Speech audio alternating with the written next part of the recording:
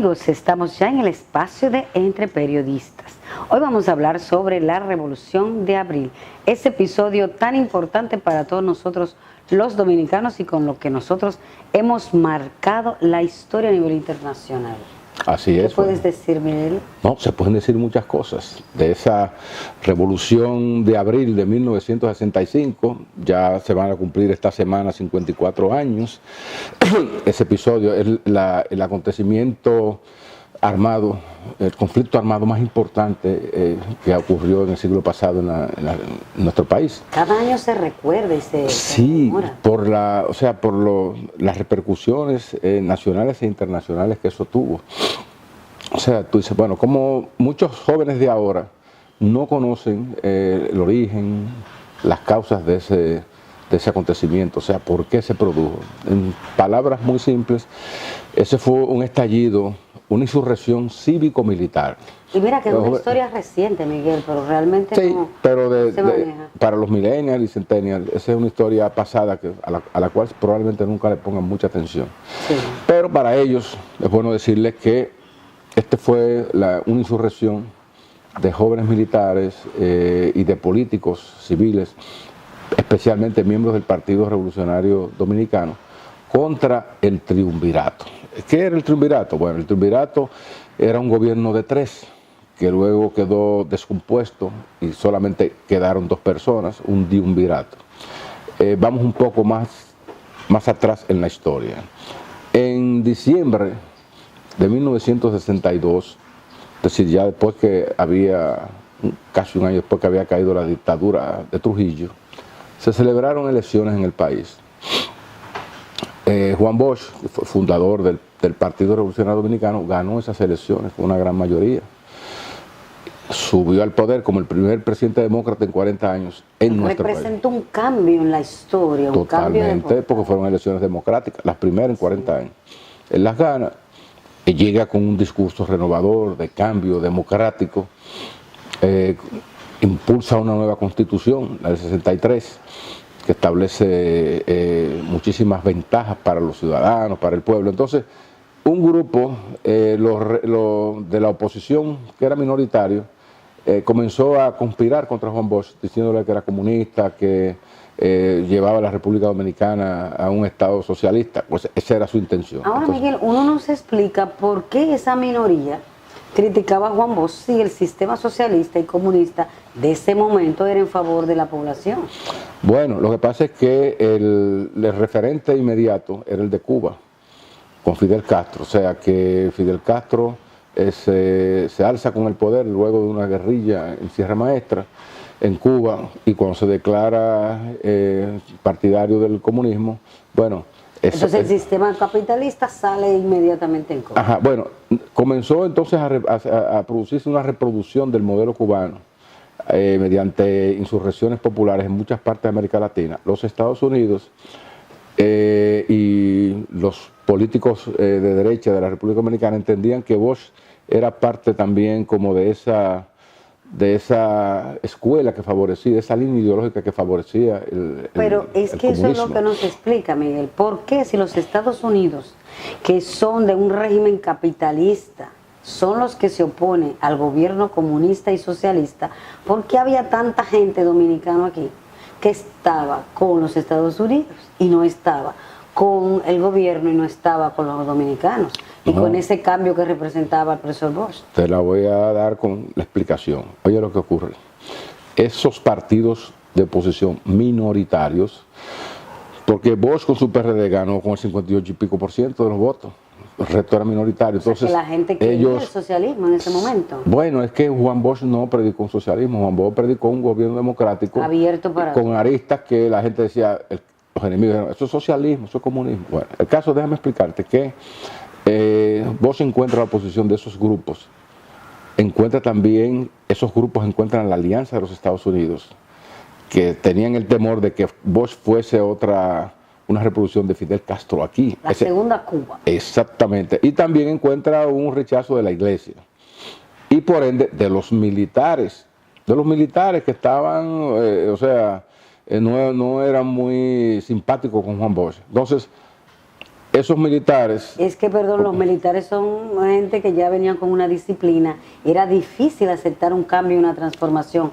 Tendrían que lavarse el cerebro y cambiar la mentalidad. Correcto, ¿no? Porque era una cúpula militar que venía con la doctrina militar de Trujillo. O sea, entonces Juan Bosch se encuentra en un ambiente, aunque tenía el apoyo del pueblo, se encuentra en un ambiente de ciertas hostilidades donde hay un sector empresarial poderosísimo, digo, poderoso en términos de dinero, no en amplitud ni en diversidad. Y todos esos grupos conspiraron contra Juan Bosch. Entonces, el 25 de septiembre, las Fuerzas Armadas le hicieron un emplazamiento al presidente. Él dijo que iba a renunciar ante el Congreso, pero no dejaron que lo hiciera. Le dieron el golpe, lo apresaron en el palacio, lo sacaron del país. Tuvo que salir. Entonces tuvo que salir al exilio. Ya Balaguer también estaba en el exilio. ¿Qué resulta? Que se instala el triunvirato, un gobierno de 3 personas civiles, y comienza a regir los destinos del país después del golpe. Es un gobierno de facto, el triunvirato. Comenzaron a salir muchas cosas malas y los jóvenes revolucionarios del 14 de junio, los movimientos revolucionarios, se alzaron en contra del triunvirato. Entonces ahí es donde muere Manolo Tavares Justo, en las lomas del país. Sí. Renuncia el presidente del triunvirato, Emilio de los Santos, y queda entonces el triunvirato con 2 personas. Asume la presidencia Don Henry Cabral. Bueno, comenzaron a producirse actos de corrupción, crisis de la economía. Que se dañó el sistema. Todo, porque es un gobierno de facto, no era un gobierno elegido por el pueblo, ilegítimo. Entonces todo eso se complicó y permitió que se crearan las condiciones para que tanto Bosch como Balaguer desde el exilio, unidos tácticamente y estratégicamente, propiciaran el derrocamiento del triunvirato. Y ahí es que viene el 24 de abril el levantamiento cívico-militar, jóvenes militares, el coronel Fernández y otras personas más, y la gente del PRD se rebela contra el triunvirato, derrocan el triunvirato en la calle a base de para restablecer a tiro limpio. Sí, termina el gobierno, entonces se crean 2 gobiernos. Luego, el gobierno de los revolucionarios o de los constitucionalistas, porque esa fue la razón. O sea, la restitución de la Constitución del 63, a eso era que venía. Entonces, se creó un gobierno de los constitucionalistas encabezado por Francis Camaño y otro del llamado de Reconstrucción Nacional, que era el que todavía sostenían los militares y los Estados Unidos. Para mantener el sistema viejo. Sí, pero ahí vino la confrontación. Entonces la sociedad fue dividida. O sea, los constitucionalistas a fuego contra el gobierno de la Reconstrucción Nacional de Enver Barrera. Una figura que se usa mucho para describir lo tan fuerte que fue esa guerra es cuando se dice que el puente Juan Pablo Duarte estuvo a punto de caerse, de tanta gente que iba marchando y en contra porque lo que pasa de la intervención norteamericana, como se le llamó a su participación. No, lo que pasa es que los constitucionalistas bloquearon el puente Duarte porque anunciaron que los tanques de guerra de San Isidro, el centro de enseñanza de las Fuerzas Armadas que dirigía el coronel Elías Wessing y Wessing, iban a marchar, iban a entrar a la ciudad para imponer para sostener al gobierno de Reconstrucción Nacional. Y utilizaron aviones y todo, se bombardearon el Palacio Nacional, bombardearon con aviones. Era una guerra, cariño. Era una guerra entre militares y civiles. Cuando yo estudié siempre lo vi así muy fino el término revolución, que es bueno, una revuelta, pero realmente en los libros y muchos historiadores lo llaman guerra, y cuando tú analizas a profundidad realmente fue una guerra. De muchos tiros. Claro, sí. Muchos muertos. Eso duró, muchísimos muertos, y eso duró hasta septiembre, después que vino un armisticio. Pero ¿qué resulta? Una guerra interna, sí, ya no por un territorio, sino por un sistema político. Entonces, oye bien cuáles son las consecuencias de eso, que tan pronto estalla la revolución, el levantamiento cívico-militar del pueblo contra el gobierno establecido, a los pocos días, 4 días después, comienza la intervención de la llamada Fuerza Interamericana de Paz, tropas de los Estados Unidos y de varios países, organizada una coalición organizada por la Organización de Estados Americanos.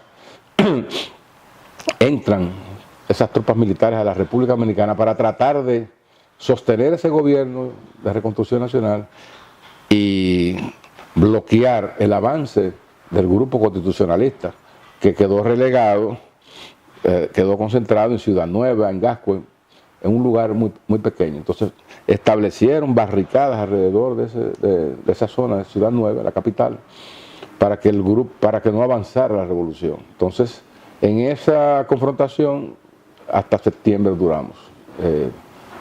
Luego vino un gobierno provisional y luego se convocaron a elecciones en el 66 en las que ganó Joaquín Balaguer. Es decir, que siguió Balaguer arrastrando ese grupo de izquierda por muchos años, ¿no? Lo siguió arrastrándose en contra del gobierno y manteniendo una guerra silenciosa, prácticamente, porque o sea, el grupo siguió opositor a Balaguer. Siguió trabajando por el restablecimiento de la Constitución implícitamente y siguió manteniendo su deseo de ser como Cuba abiertamente. Bueno, ¿Hasta dónde se podría decir que Balaguer tuvo que lidiar con esto? ¿Hasta dónde realmente se consiguió la anhelada paz? Bueno, la anhelada paz llegó muchos años después. Muchos años después. Lo que ocurre fue, oye bien, al firmarse el armisticio, es decir, la paz, entre las partes encontradas en septiembre del 1965, eso implicó que los principales líderes de la revolución tuvieran que salir del país al exilio. Camaño se fue para Londres, de Londres desapareció y después apareció en Cuba, entrenándose como guerrillero. Es decir, que se crearon vivas aquí en la República Dominicana las células revolucionarias del constitucionalismo, es decir, y esas células siguieron operando, siguieron organizándose en busca de la restitución de esa Constitución de 63. Pero como llegó el gobierno provisional de García Godoy, se entendía que esa era la vía para tratar de reordenar un poco las cosas, porque mira, el país estaba bastante dividido. ¿Tú crees que se puede decir que todavía existen esas células o ya fueron totalmente eliminadas? No, yo sí, ya quedaron desplazadas por una serie de fenómenos que ocurrieron después del 65, que han ido apuntalando la democracia, el orden, el progreso. Entonces, no había, digamos, caldo de cultivo para que esas células siguieran operando. Sí, en los primeros años de Balaguer operaron y le presentaron batalla. Sí. Le presentaron batalla y fíjate que todavía... Esos 12 años... Balaguer se instala en el 66, se reelige. Y en el 73 viene Camaño encabezando un grupo guerrillero. Sí. Camaño que fue el líder de esa revolución del 65. O sea, mira hasta dónde llegó 70 y tanto. En los años 70, esas células vivas también llegaron. Viva. Pero ¿y no se podría marcar un periodo específico de ver cuando ya definitivamente no existían las células? Porque todavía hay mucha gente que dice que es izquierda. Bueno. Inclusive hay muchos jóvenes.